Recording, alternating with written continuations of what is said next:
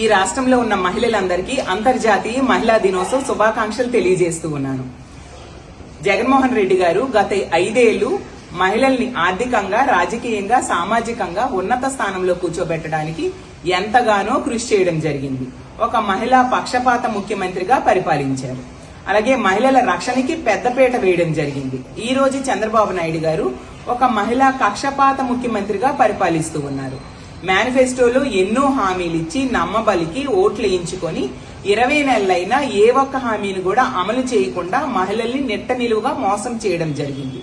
అలాగే మహిళల రక్షణని ఈ రోజు గాలికి వదిలేసిన పరిస్థితి మనం చూస్తూ ఉన్నాము. మహిళల్ని మోసం చేసిన, దగా చేసిన ముఖ్యమంత్రి ఎవరైనా ఉన్నారంటే అది చంద్రబాబు నాయుడు గారు. ఆ రోజు జగన్మోహన్ రెడ్డి గారు 2,84,000 కోట్ల రూపాయలను డీబీటీ, నాన్ డీబీటీ ద్వారా మహిళలకు అందించడం జరిగింది. అలాగే ఏ పథకం ప్రవేశపెట్టినా, ఒక అమ్మఒడి అవ్వచ్చు, చేయూత అవ్వచ్చు, ఆసరా అవ్వచ్చు, ఈబీసీ నేస్తం అవ్వచ్చు, కాపు నేస్తం అవ్వచ్చు, ఫీజు రియంబర్స్మెంట్ అవ్వచ్చు, జగనన్న విద్యా దీవెన, వసతి దీవెన, ఇలా ఏ పథకం ప్రవేశపెట్టినా అది మహిళల పేరుతో పెట్టడమే కాకుండా 31 లక్షల ఇళ్ల పట్టాలు ఇవ్వడమే కాకుండా 22 లక్షల ఇళ్లు కట్టించడానికి శ్రీకారం చుట్టడం జరిగింది. ఈ రోజు తీసుకుంటే చంద్రబాబు నాయుడు గారు అతను ఎన్నికల్లో ఇచ్చిన మొదటి హామీ నిరుద్యోగ భృతికే మంగళం పాడేసిన పరిస్థితి మనం చూసాము. అలాగే ఆడబిడ్డ నిధికి ఇవ్వకుండా మహిళలకి మోసం చేసిన పరిస్థితి. అలాగే 50 సంవత్సరాలకే పెన్షన్ ఇస్తానని చెప్పి అది కూడా ఇవ్వకుండా నెట్ట నిలువుగా మోసం చేసి మిగిలిన హామీలు కూడా అరాకొరగా కేటాయిస్తూ మహిళల్ని ఈ రోజు నెట్ట నిలువుగా దగా చేసిన ముఖ్యమంత్రి చంద్రబాబు నాయుడు గారు.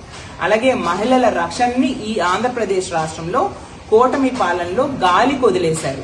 ఈ రోజు మహిళల ప్రాణాలు, మానాలు గాలిలో దీపాల్లా ఉండే పరిస్థితి మనం చూస్తూ ఉన్నాము. మళ్లీ మహిళా రక్షక పాలన కావాలన్నా, మహిళా సంక్షేమం కావాలన్నా, మహిళలు ఆర్థికంగా, సామాజికంగా ఉన్నత స్థానంలో కూర్చోవాలన్నా జగన్మోహన్ రెడ్డి గారు ముఖ్యమంత్రి అయితేనా సాధ్యమవుతుంది. జగనన్న తన అన్న ముఖ్యమంత్రి అయితే ఎలా పరిపాలిస్తారో అలాంటి పరిపాలన మహిళలకి అందించడం జరిగింది. కాబట్టి రానున్న రోజుల్లో మళ్లీ జగన్మోహన్ రెడ్డి గారిని ముఖ్యమంత్రి చేసుకుందాం, మహిళా సంక్షేమానికి పెద్దపీట వేయడానికి బాటలు వేద్దామని తెలియజేస్తూ మరొకసారి అంతర్జాతీయ మహిళా దినోత్సవ శుభాకాంక్షలు తెలియజేస్తూ సెలవు తీసుకుంటున్నాను.